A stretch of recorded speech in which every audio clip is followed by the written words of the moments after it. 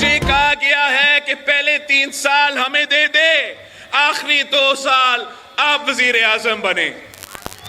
नहीं नहीं नहीं नहीं नहीं, अगर मैं वजीर आजम बनूंगा तो पाकिस्तान के अवाम मुझे मुंतखब करके बनाएंगे। सदर की जो इलेक्शंस आ रहे हैं उसमें हमारा उम्मीदवार सदर जरदारी होगा। वजीर आजम शहबाज शरीफ, सदर आसिफ अली जरदारी, बिलावल भुट्टो का हुकूमत साजी का फॉर्मूला। कहा मुझे कहा गया पहले 3 साल हमें दे दें, 2 साल आप वजीर आजम बने, मैंने मना कर दिया। अवाम मुंतखब करेंगे तो वजीर आजम बनूंगा, हम वजारतें नहीं लेंगे। 77 के इलेक्शन के बाद भी धांधली का शोर मचाया गया। 9 सितारों ने मुहिम चलाई तो 10 साल आमिर भुगतना पड़ा। धांधली करने वाले कुछ सियासतदानों का अब भी मुतालबा अमरीयत कायम करने का है। तमाम साजिशें नाकाम बनाएंगे, जियालों के साथ सड़कों पर निकलूंगा।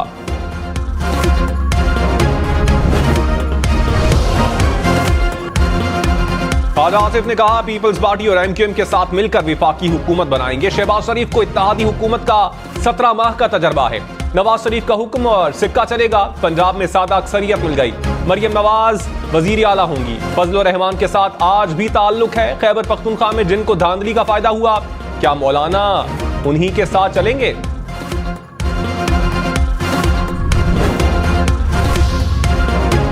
इंसाफ की मुल्क में दोबारा इंतखाबात की मुखालिफत। कहा इलेक्शन पर हमारे तहफ्फुज़ात हैं, फॉर्म 45 के मुताबिक नताइज का ऐलान किया जाए। मुल्क माशी बहरान का शिकार है, किसी भी सूरत दोबारा इंतखाबात की तरफ नहीं जाएंगे। असद कैसर ने कहा धांधली के खिलाफ कानूनी जंग लड़ेंगे, अवाम में भी जाएंगे, मैंडेट चोरी नहीं करने देंगे।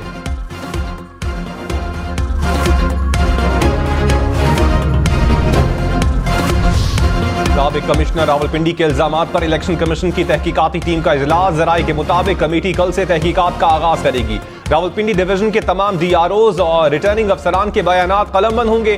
कमेटी का साबिक कमिश्नर रावलपिंडी के बयान के ट्रांसक्रिप्ट के लिए चेयरमैन पेमरा को खत लिखने का फैसला। कमेटी 3 रोज में रिपोर्ट पेश करेगी।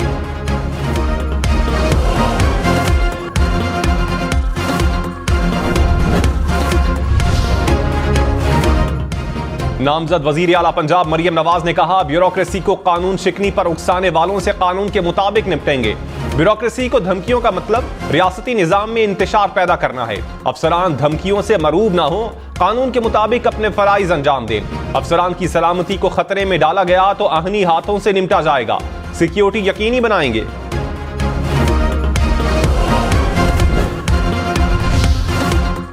तहरीक इंसाफ का साबिक कमिश्नर रावलपिंडी के इल्जामात पर अदालती तहकीकात का मुतालबा। कहा जिन पर इल्जामात हैं उन्हें तहकीकाती कमीशन का हिस्सा नहीं होना चाहिए। बैरिस्टर गौहर ने कहा पंजाब और खैबर पख्तूनख्वा में हमारी सीटों को कम किया गया, बलोचिस्तान और सिंध में हमारी नुमाइंदगी खत्म की गई, हारे उम्मीदवारों को जिताया गया। फॉर्म 45 सिर्फ पीटीआई के पोलिंग एजेंट्स को नहीं सबको मिला। रिटर्निंग ऑफिसर की जिम्मेदारी है कि फॉर्म 45 पर फॉर्म 47 बनाएं।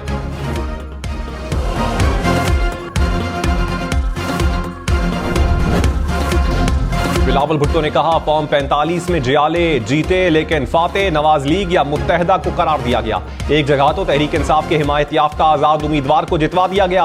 अब क्या मुल्क तकसीम करें, अपने ही घर को आग लगा दें। ठट्ठा में जलसे से खिताब में कहा सिंध हुकूमत फॉर्म 45 पर खड़ी होगी। साबिक चेयरमैन पीटीआई को समझाने की कोशिश की थी जमहूरियत मजबूत करें, पार्लिमान में किरदार अदा करें। अब वो कहते हैं इलेक्शन जीत चुके, इनको नशिस्तें मिल भी जाएं तो पीपल्स पार्टी के बगैर हुकूमत नहीं बना सकते।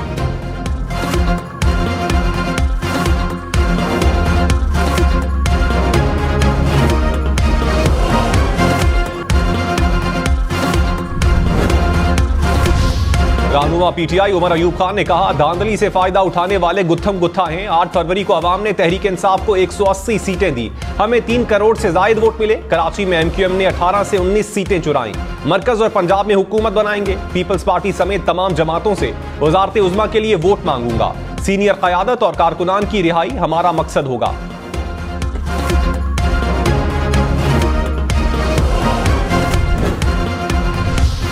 सवात समेत मुल्क के बालाई इलाकों में बर्फबारी ने रंग जमा दिया। वादी नीलम, वादी लीपा और पारा चनार के पहाड़ों पर बर्फ की सफेद चादर बिछ गई। कागान, नारान, चूगरान, नथिया गली समेत गलियात में भी बर्फबारी। लोअरदीर में पाक अफगान बॉर्डर से मुल्हिका पहाड़ों पर बर्फ गिरी। मुख्तलिफ इलाकों में बर्फबारी से शहरियों को मुश्किलात का सामना। लैंडस्लाइडिंग के खदशे के बाइस सयाहों को मोहतात रहने की हिदायत।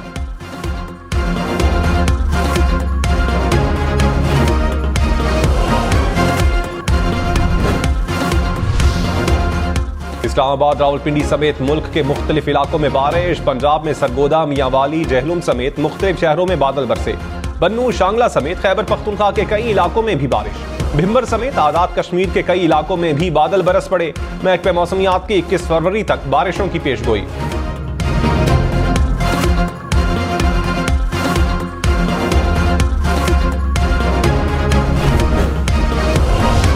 तहरीक इंसाफ और सुन्नी इत्तेहाद काउंसिल के दरमियान मामला तय पा गए। जराये के मुताबिक पंजाब और सिंध में आजाद अरकान सुन्नी इत्तेहाद काउंसिल का हिस्सा बनेंगे। विफाक में इत्तेहाद के लिए मुज़ाकरात जारी।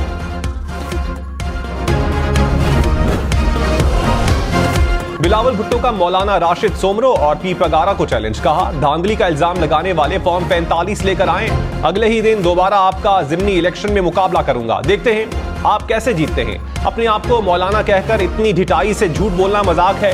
पीर साहब की इज्जत करता हूं, लेकिन हकायक ये हैं कि आपको यहां 2-3 बार शिकस्त हुई। इससे पहले आपको मेरे वालिद और वालिदा से शिकस्त होती रही। मैंने 2 नशिस्तें जीती हैं, एक तो छोड़नी है। जो शिकायत कर रहे हैं, आए मुकाबला करें।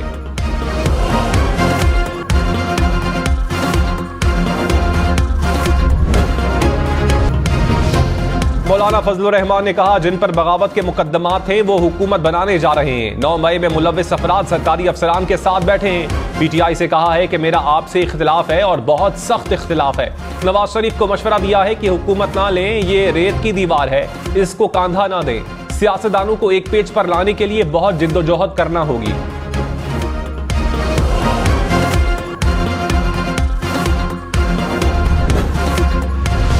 नए कमिश्नर रावलपिंडी और तमाम डीआरओज ने साबिक कमिश्नर रावलपिंडी के इल्जामात को मुस्तरद कर दिया। कहा, इंतखाबात कवायद और इलेक्शन एक्ट के तहत शफाफ और हलफ के तहत करवाए, किसी का दबाव नहीं था। डीआरओ जहलुम, अटक, चकवाल, तलागंग और रावलपिंडी ने इल्जामात की तरदीद कर दी।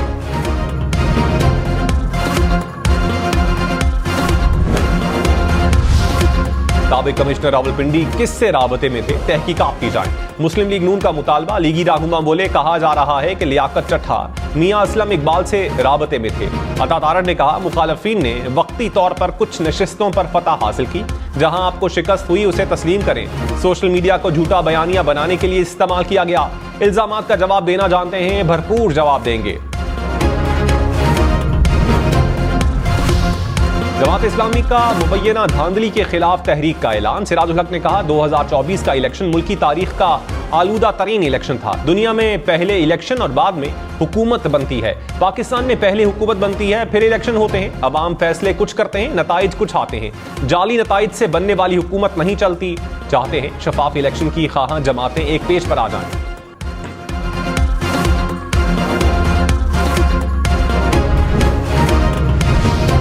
रहनुमा नून लीग ख्वाजा साद रफीक ने कहा, मुस्लिम लीग नून अपनी गलतियां तलाश करके इस्लाह करे। साबिक चेयरमैन पीटीआई ने डिजिटल मीडिया की ताकत को गलत इस्तेमाल किया। इंतखाबात में मेरे हल्के के टुकड़े हुए। अदालतों और इलेक्शन कमीशन ने शिकायत नहीं सुनी। हिकमत यही है कि जो फैसला आए उसे तस्लीम किया जाए। मुझे फैसला करने में 1-1.5 मिनट लगा। अपने मद्दे मुकाबिल को मुबारकबाद दी। अवाम के फैसले को खुशदिली से कबूल किया। एक दूसरे को रास्ता ना दिया तो नाजुक जमहूरियत का आखिरी मौका होगा।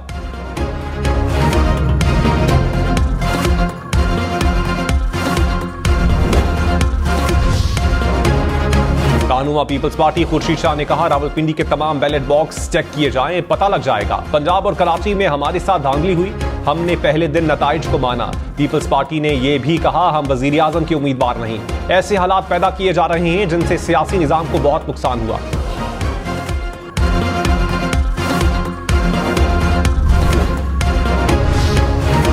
निगरान वजीर आजम अनवारुल हक काकड़ की कल इस्लामाबाद हाईकोर्ट में तलबी। इस्लामाबाद हाईकोर्ट का बलोच तलबा बाजियाबी केस का तहरीरी हुक्मनामा जारी।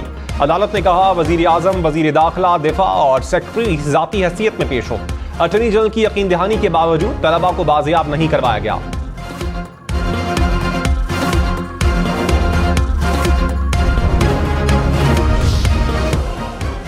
लाहौर समेत पंजाब भर में नमूनिया से मजीद 13 बच्चे जाँ बहक। 24 घंटों के दौरान नमूनिया के 600 से जायद केसेस रिपोर्ट। लाहौर में 100 से जायद नए केसेस सामने आए।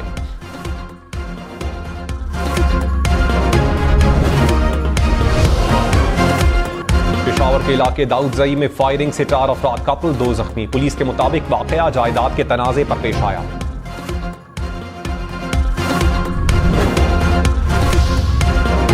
नामजद वजीर आला खैबर पख्तूनख्वा अली अमीन गन्नापुर की कामयाबी का नोटिफिकेशन जारी। इलेक्शन कमीशन ने PK 113 और NA 44 से कामयाब करार दिया। खैबर पख्तूनख्वा असेंबली के 92 अरकान की कामयाबी के नोटिफिकेशन भी जारी। आजाद अरकान 3 रोज में किसी सियासी जमात में शामिल हो सकेंगे।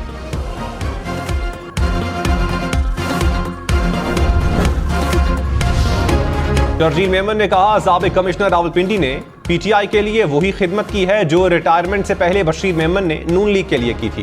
दोनों का मकसद और तरीका वारदात एक ही था।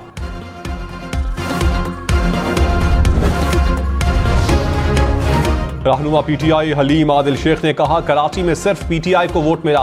कराची की 40 सीटों पर फॉर्म 45 के मुताबिक जीते हैं। पूरे मुल्क में 80 सीटें ऐसी हैं जहां फॉर्म 45 के मुताबिक हम जीत रहे थे। धांधली में मुलव्विस किरदारों को कानून के कटहरे में खड़ा किया जाए।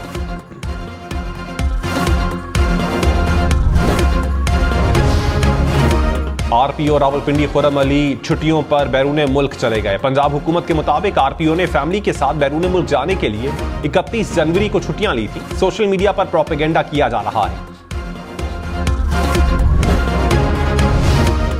कराची में बीटा चौरंगी के करीब ऑयल टैंकर उलट गया। टैंकर में 30,000 लीटर कुकिंग ऑयल मौजूद था। ऑयल बहने से कोरंगी रोड पर ट्रैफिक की रवानी मुतासिर रही।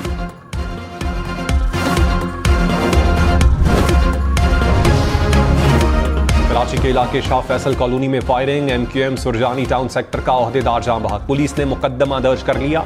वाकया डकैती मज़ाहमत का है या टारगेट के लिए तहकीकात जारी।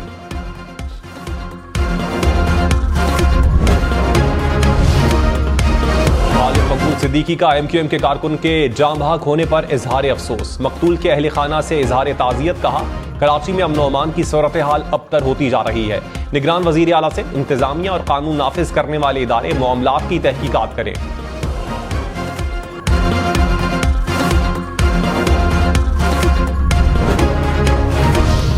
कराची मुर्तजा वहाब ने कहा, कराची सबका है मगर इसका कोई नहीं। जो शहर मुल्क को चलाता है वो भी चल सकता है। सबसे मुश्किल काम अब मेरी जिम्मे है।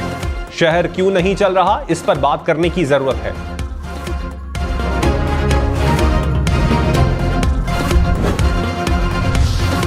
गजा में इसराइल के वहशियाना हमले पनाह गुज़ीन कैंप पर इसराइली फोर्सेस के हमले में 8 फलस्तीनी शहीद, दर्जनों जख्मी हो गए। शहीद फलस्तीनियों की मजमूई तादाद 28,858 हो गई। हमास ने कहा, गजा के मुकम्मल मुहासरे के खात्मे तक मज़ाहमत में कमी नहीं आएगी। अमरीकी सदर जो बाइडन ने कहा, उम्मीद है इसराइल रफा में कोई बड़ा ज़मीनी हमला नहीं करेगा।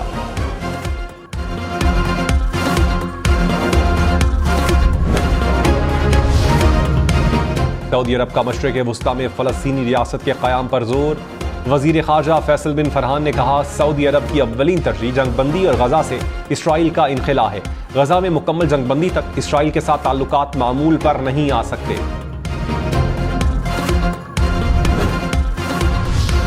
डस्का में तेज रफ्तार कार दीवार से टकरा गई। हादसे में 5 अफराद जाँ बहक। डस्का में आतिशबाजी का सामान फटने से 2 नौजवान जाँ बहक। तीसरा टांगों से महरूम हो गया।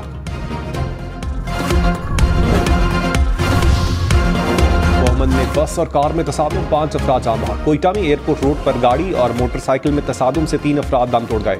दसबेला में मकरान कोस्टल हाईवे पर 2 बसों में तसादुम से 3 अफराद जाँ बहक। भक्कर में ट्रेलर बेकाबू होकर एम्बुलेंस से टकरा गया। हादसे में 2 अफराद जाँ बहक, 3 जख्मी।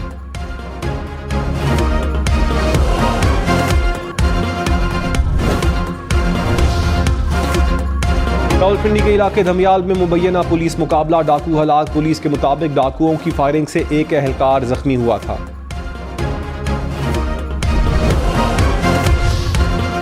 पाकिस्तान एक्स सर्विसमैन सोसाइटी की मरकजी कमेटी का इजलास। अरकान की फौजी क़यादत पर लगाए गए बेबुनियाद इल्जामात की मजम्मत। मुसल्लह अफवाज के वक़ार को बरकरार रखने के लिए पुख्ता अज़्म का इजहार। शोहदा के खानदानों, माजूर साबिक फौजियों की मदद के लिए इक़दामात पर भी गौर।